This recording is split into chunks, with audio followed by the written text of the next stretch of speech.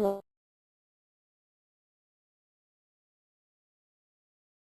everyone, depending on where you're calling in from. It's currently 1 o'clock in the afternoon in London in the UK, and welcome to today's webinar, our SRM series webinars. This one is all about people and skills. We're just going to give people a few minutes to join. I'm sure there's plenty of reminders in Outlook kicking off on people's desktops at the moment, so we'll just give people a few minutes to join, and then we will start the session properly. But while we're waiting for that to happen, let's just introduce myself properly to you and take you through some basic housekeeping for the webinar.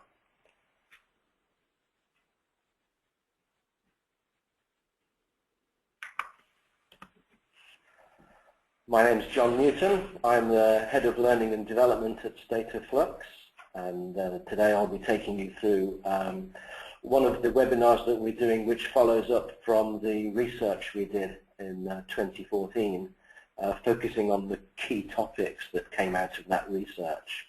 The aim really is to share our research findings with you and help share an element of best practice and experience that we've gained through doing the research, and hopefully that will contribute to how you develop SRM capability in your own organizations. The key thing for us here is to share some of our know-how grounded in the research, and to almost offer that as a thank you for taking part in the research in the first place. So it looks like we have quite a few people joined now, so I think we're good to move forward.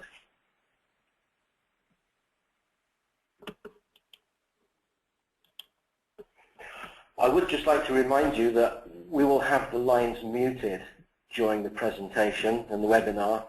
That's just to cut down on background noise.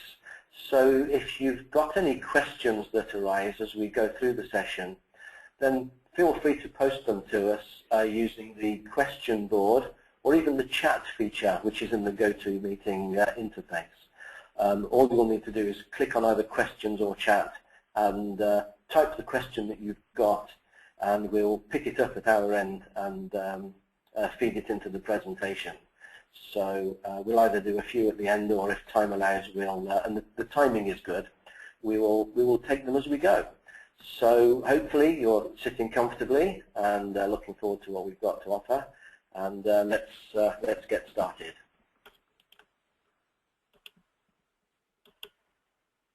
So a background to what we're doing. This is actually the 6th year that we've been conducting global research into best practice. Started back in 2009 with our first set of research, looking at best practice into what was then the emerging discipline of supplier relationship management. And from then through to 2010 through to 2013-14, we're now in our 6th year of conducting this research.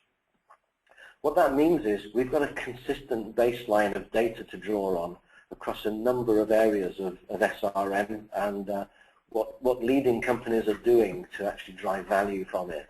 And we did a quick check in the office a few weeks ago, and we've come to the conclusion that we've got over 100,000 data points around what best practice is in this emerging and an increasingly important discipline to help businesses drive more value from their strategic supplier relationships. So if you're familiar with our research, you should see that it's aligned to a 6 pillars module.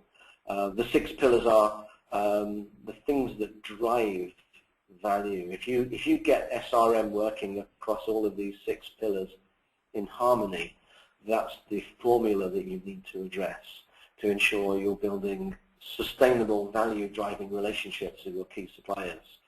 So the 6 pillars, as you can see here, are business drivers and value. In other words, ensuring that you've got a clearly defined value proposition for doing SRM in the first place.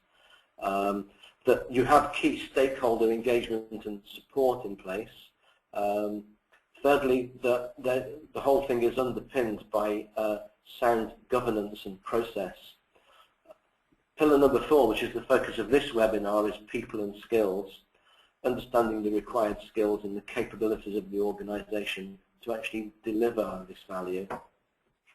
Supporting it with information technology so that you can drive efficiency into how you operate the governance and process, and even use the technology to provide you with a collaboration portal with your suppliers. And then lastly, the development, the relationship and the development culture.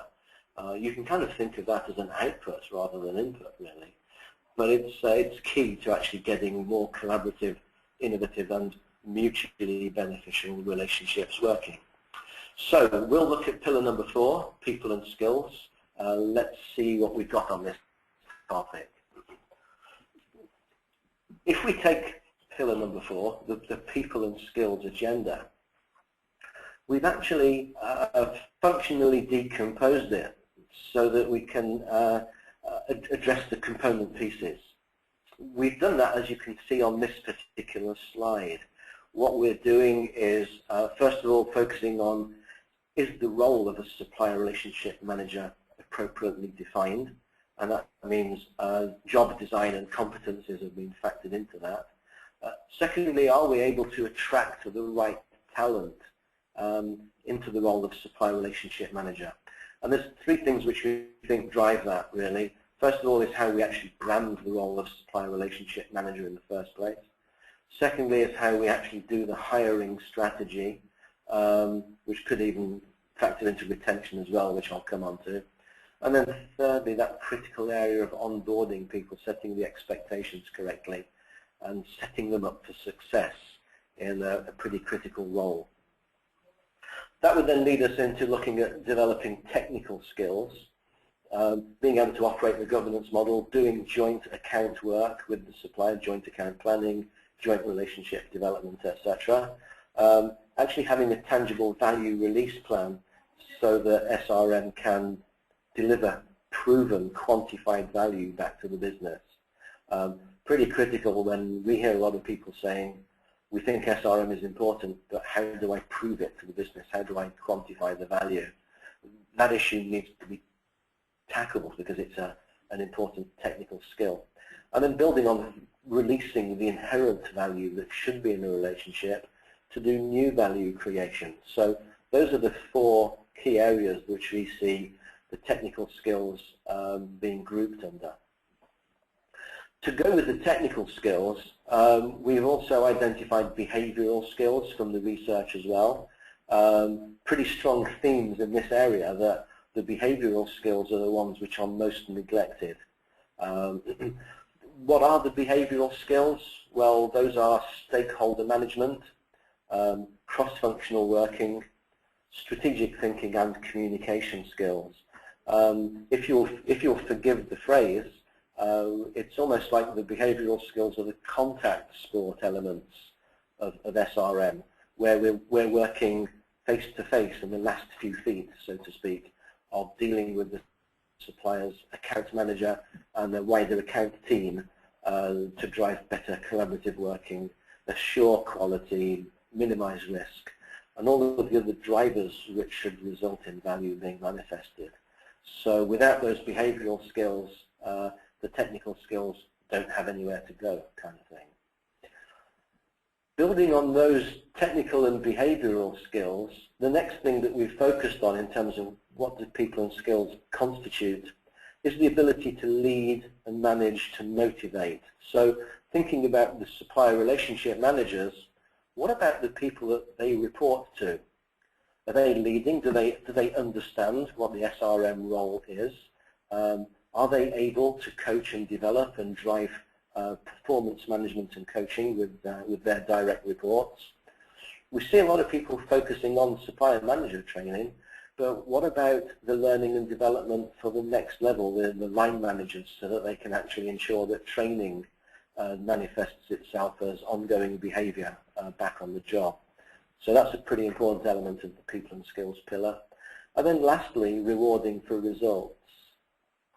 The whole issue of using compensation plans, acknowledging results, and being able to retain and reward so that whole position of supplier relationship manager is understood and amplified by how the organization recognizes it and rewards it. So as you can see, if we think of just what was on the surface, a bit like the tip of an iceberg, a pretty simple component of driving value, the people and the skills, what sits beneath the tip of that iceberg is pretty broad, actually, from defining the role right through to rewarding results. So that's basically the model that we use, which we have available. And if anyone would like to see the white paper that we've got, which explains more about each of those components, how could you audit it and know that each one of those is optimized, then please just send us an email, or you can request it from our website, and we'll let you have a copy of that white paper electronically. So let's have a look at some of the research findings from the 2014 research and the subsequent research report that we produced. There's a number of questions that we look at from year to year to see how things are trending. And what I've done for today's webinar is to pick out some of the research areas and to see how it's trending, to lead us towards a discussion on the competency aspect of SRM. So, and you'll see this pattern build as I go through the slides. The first one I looked at was, is SRM recognized and defined as a specific role across all of the people that responded to our survey? 52% of those people said it is defined as a role specifically, but 48% said no, it isn't. 3% didn't know, so maybe that further emphasized that it wasn't defined as a specific role. But that's an interesting thing from my point of view, because when I'm out working with clients and talking about how they're implementing the SRM, many times we have conversations about, for example, category managers who are being asked to do supplier relationship management in addition to everything else that they're doing in terms of supplier relationship management, supply chain management, and overall management of the category.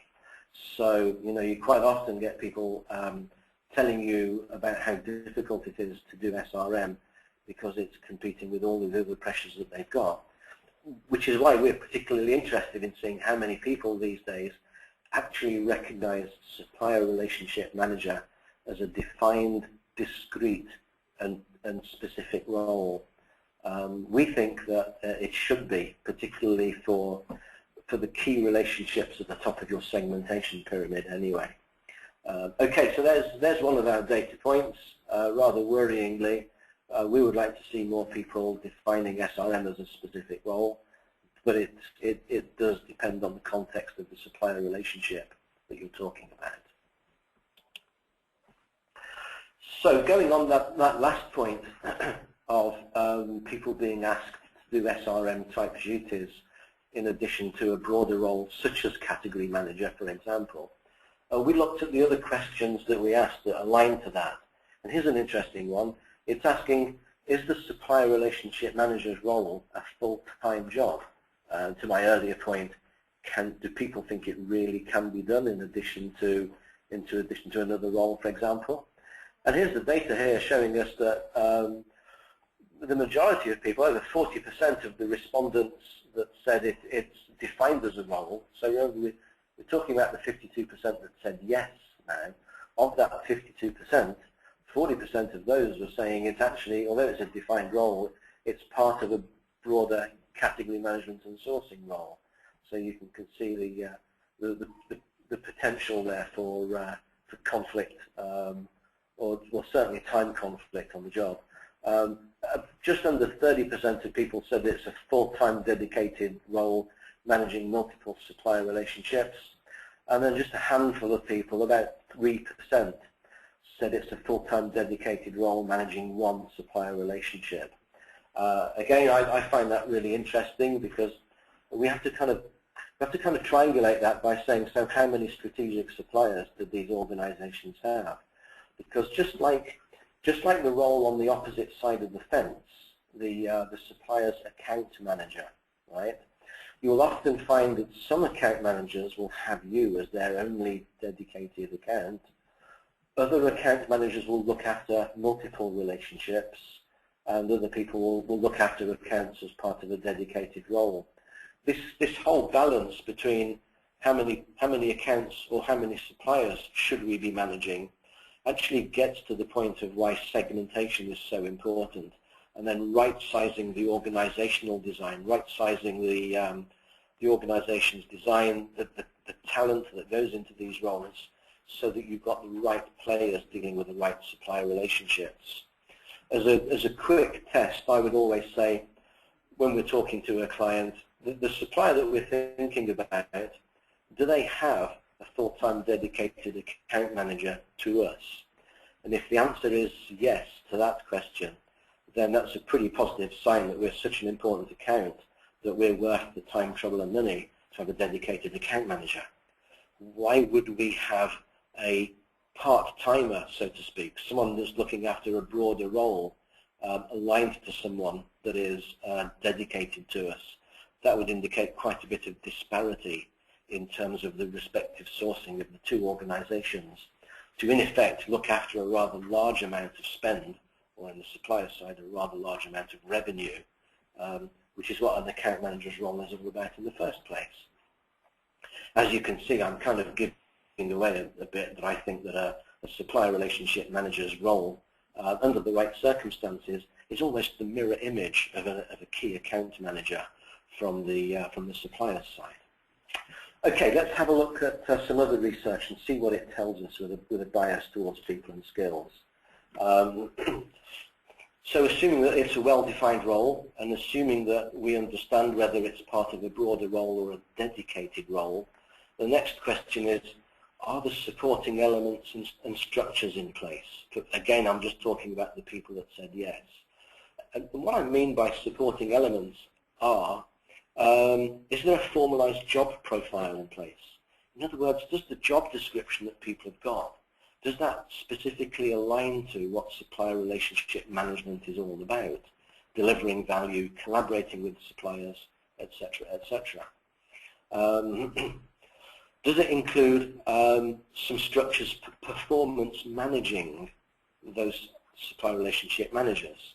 Do they have specific development aims and objectives in their personal objectives, which reinforce the fact that they're in a supplier relationship management role rather than the other role? Thirdly, do we have defined skills and competencies in place for this role that we've got our supplier relationship managers in? Really important that we know what good looks like for a job such as this. And this is something I'll be telling you a little bit more about in terms of what we think the competency requirements are. How about training solutions? Training which is specific to the SRM role. And then finally, that we've actually done a competency assessment. As you can see, 80% of the people that said yes said they've got a formalized job description in place. About 70% said they've got performance management, which is specific to the role, and that they've got defined skills and competencies. But in terms of actually having formalized in-context training and having done a competency assessment, we're down to the 30%, and that's the 30% of the 50%. So that would be, certainly for some organizations, an area for improvement. You know, if you've got the job description, you've got the performance management regime, and you've got the defined skills and requirements, why wouldn't you do a skills and competency assessment just to check the as-is state and to build defined skills and competency-based development plans?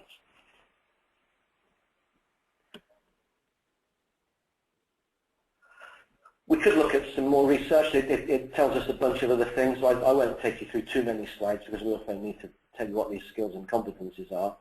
But what we do see is the companies that are getting the most value out of supplier relationship management, the so-called leaders and fast followers, they're more likely to be creating dedicated SRM jobs with people looking after a portfolio of supplier relationships.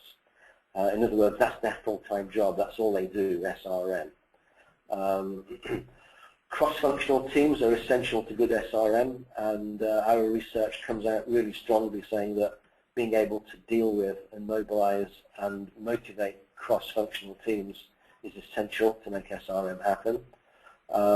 Previously, our research has showed that there's a massive gap for SRM's soft skills, and that continues to be a major area. It's one of the biggest areas where people are saying they need to see learning and development, but that learning and development isn't being offered to them. And the most worrying thing that we saw in this round, this year's research, is the number of companies actually investing in training specific to supplier relationship management has declined since we started our research in 2009. It's always been going up a little bit, but for the first time it's declined, which is worrying. Okay, so that's the background to the research. And as I mentioned, as I promised, we would put the focus on this webinar on just talking a little bit more about the job design and linking to that the underlying competencies of SRM. So let's have a little look. Big question then is, what are these SRM specific competencies? Well, we've actually broken it down into 3 areas. I'll just tell you a little bit about them one at a time. The first area is technical competencies. And we've actually given these SRM-specific competencies titles, as you can see here. Supplier insight.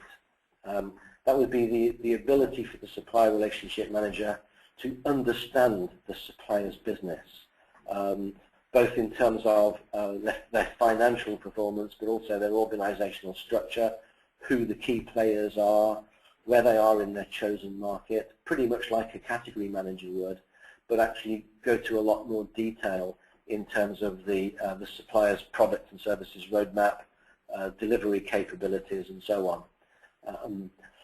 Without deep supplier insight, you're not really in a position to actually lead the supplier to a better place. So as we would say, you need to be a good student of the supplier's business. The second technical area that we focus on is contract management.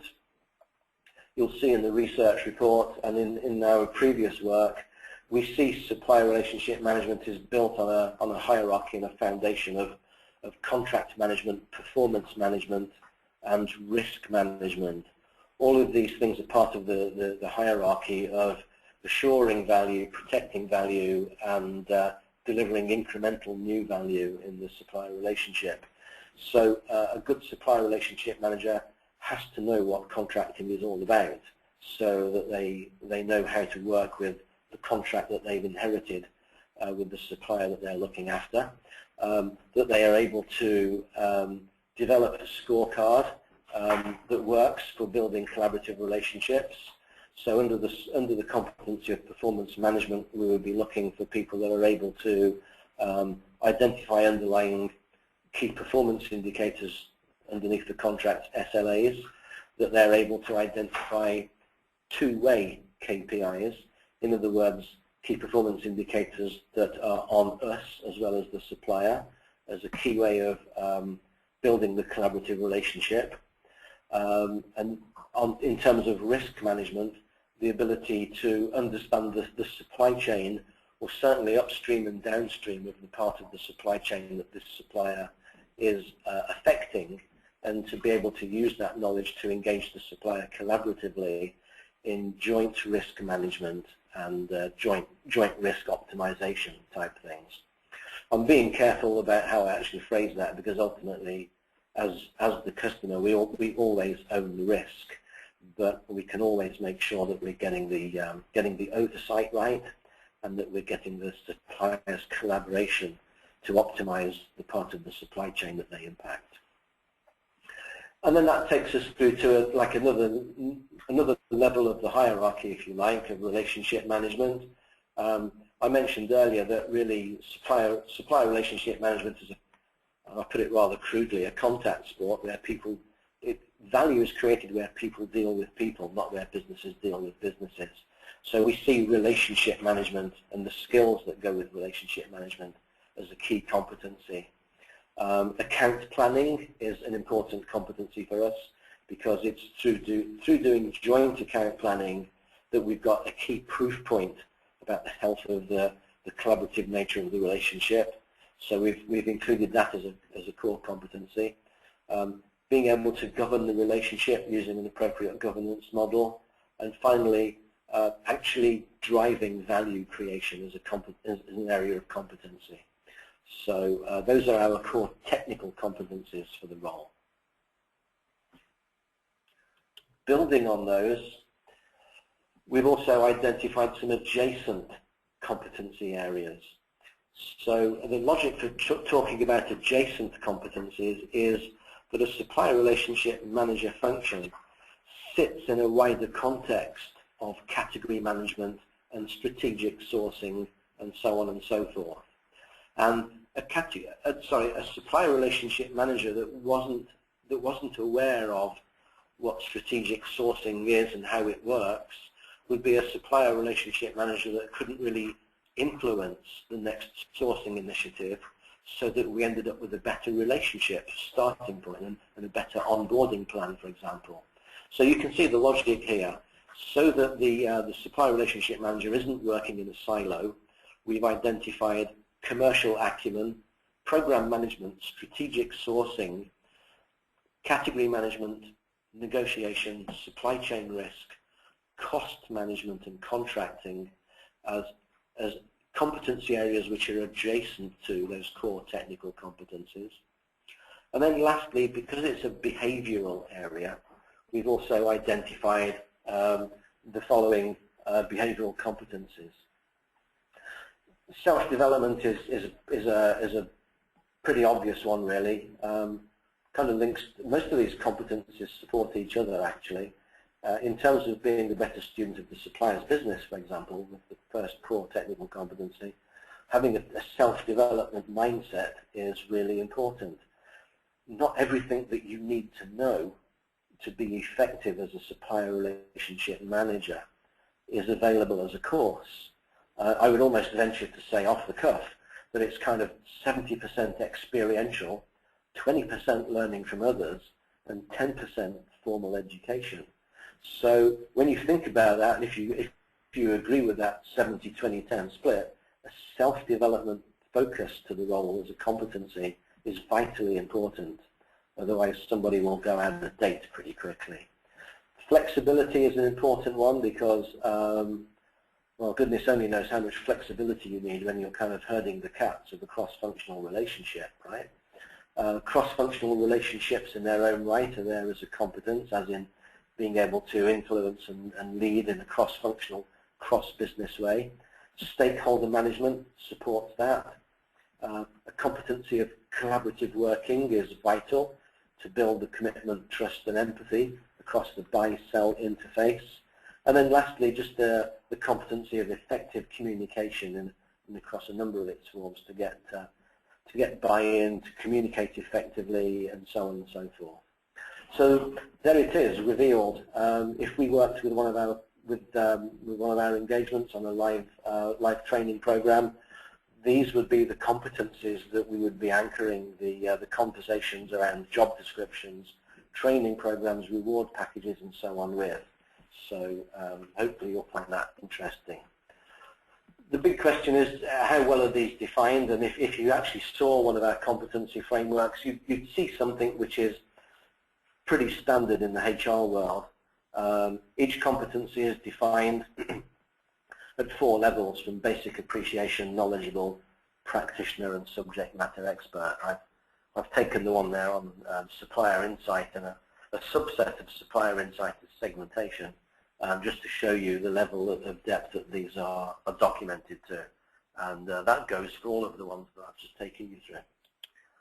But it brings up a key question: what can you do with this competency framework, assuming that it's aligned to the job and fit for purpose? Well, as we've been saying already, the first thing is to do role definition and job description with it. The most important thing is defining the job so people can see SRM as their day job, but also being able to define what day in the life looks like, day in the life of the supplier relationship manager. That's critical to setting expectations around what you expect from people, how you're going to reward and retain them, and how you're going to coach and develop them. The second area we kind of use this competency framework with is in terms of doing individual and team capability assessments.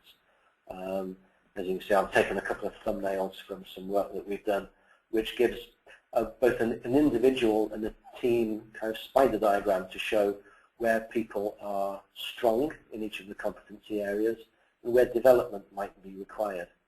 And that's pretty powerful when it comes to giving people, just enough training just in time.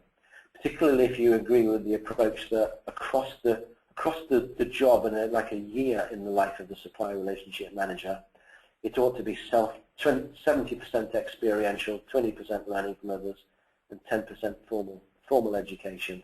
Having an individual in the team capability assessment like this will help you focus and target formal training exactly where it's needed and not waste time and training budget on areas where the capability doesn't need developing any further.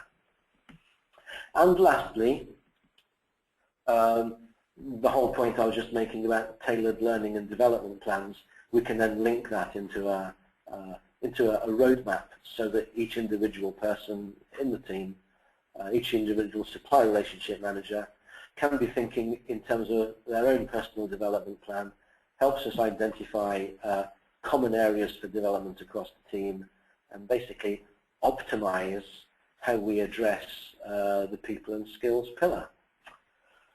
So there you go. If you're interested in it, here's our training roadmap for the supplier relationship manager role specifically, showing how the competency framework and the talent assessment fits into it. But again, aligning to those key areas of value driving, for example, contract and performance managing strategic suppliers is the first blue box, leads into joint strategic account planning, leads into engagement skills, and that leads into stimulating and managing supplier innovation. All of those competences that we went through fit into those buckets to build a training program that can be tailored and to fit exactly the development gaps that are there. But by addressing the gaps in a way which are aligned to a competency model, you know that everything that you're putting into a training program will ultimately result into new behavior and measurable behavior defined by the competency model back on the job. Okay, so as we were saying, like an iceberg, 90% of what we needed to talk about in terms of SRM, and in terms of people and skills in particular, sits underneath the surface. Hopefully, by having a quick look at what the research told us and what our view is of the underlying competency model in this iceberg, it's giving you some thoughts on where your own organizations are, which are the competencies that you should be focusing on, how would those align themselves to surfacing in job descriptions, in reward and retention packages, and in the development of the people that you've got in the function. So what we'll do is we'll just check. We've seen a few questions have been coming in either through the chat or the questions box, but we'll just see if we've got time for any questions right now. So it looks like we've got a couple we can deal with quickly. I think we're okay for time. We've got about 5 or 6 minutes left. First question that's come through is, would you normally do a competency assessment before or after a training program? That's quite a deep question actually, because it depends what you want to achieve. I've seen, and we've personally done this in both settings. If you did a competency assessment prior to training, then that's setting the grounding for developing a tailored program based on the results, understanding the capability, and would be quite a good thing to do if you had inherited a team or you were trying to move people as part of a corporate initiative, let's say, to move from doing SRM in an ad hoc fashion to doing it in a more structured fashion by introducing governance and bringing that program online. then it would be interesting to do the competency assessment to know what you've got to work with and what you need to do to address the whole people and skills agenda. So, that would be good timing in terms of making sure job descriptions are aligned, good timing in terms of making sure that we've got hiring plans aligned to the right behaviors, training plans, etc. But, there are situations where people will say it is what it is. What we'd rather do is work with what we've got, do the training, get people to a common baseline, and then do the capability assessment to work out where we go from here. And so both of those work. But if you're doing a drains-up approach onto the job descriptions, the staffing and organisational design aspects, then doing a competency stroke capability assessment is going to be a powerful tool. Okay, so that's that question. I think we've got another one. Yeah, okay, so the question reads, some of the competencies seem generic. Does that mean that they can be reused or used? I think it means used from, not quite sure what the person means here, but they can be used from other job functions. So that's kind of making me think, if you've got a communication skills competency and you've got a communication skills module from another competency framework for another job family, could you just reuse that? So I hope I've interpreted the question right for the person that submitted it. I think the short answer to that is I don't think so. We've actually had conversations. I'm thinking back to some of the client engagements I've been involved in the last 6 months, where people have said, well, influencing skills, we've already got something on that, and building trust, we've got something on that, and oh, by the way, we've got something on, well, I'm trying to remember now the actual project, on giving feedback. So with that, giving feedback to suppliers would be the key aspect, so we could borrow from that competency model as well. And so you can see why I'm thinking, well, yes, the title of the competency is relevant, but actually it's the context which is different.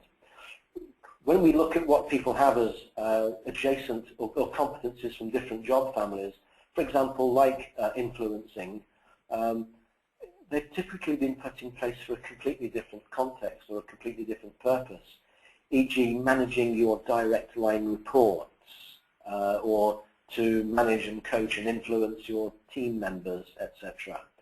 And when we're talking about someone that reports to you and you're a line manager and you're using influence and communication skills in that context, it's completely different to working with the supplier who doesn't report to you, isn't a direct line report, isn't doing a performance review in the same context with you. And so from that point of view, I often say the competency looks the same on the surface, but the context is quite different. And I always go back to what is the use case? What is the day in the life in which that competency is being used to illustrate whether you really can borrow it from a different job family. Okay. We're just checking the chat and the question boards on GoToWebinar, and it doesn't look like we've had any more questions submitted. So what I'll do at this point in time is thank you for joining us. Just to remind you, if you'd like to contact us, maybe you'd like the people and skills white paper I mentioned, which explains in more detail what those component disciplines are under the people and skills pillar of our 6 pillars model, then feel free to visit our website or email us at inquiries@stateofworks.co.uk, and we'll get a copy of that white paper to you. If there's more information you'd like around the competency model and would like to have a discussion about that, then please give us a shout and let us know, and we'll be happy to do a follow-up with that as well. We also do SRM diagnostic and benchmarking, voice of the supplier programs, 360-degree relationship assessments, program design, supplier management platform, and of course my favorite area, bespoke and public supplier relationship management training, learning and development programs. And many of our leading programs are also available as public courses as well. So that's a great way to come and meet us and get some real value. So with that, I'd like to wish you good luck, wish you all the best with your supplier relationships, and please reach out to us if we can be of any further assistance. Thanks for joining the webinar today, and enjoy the rest of your day.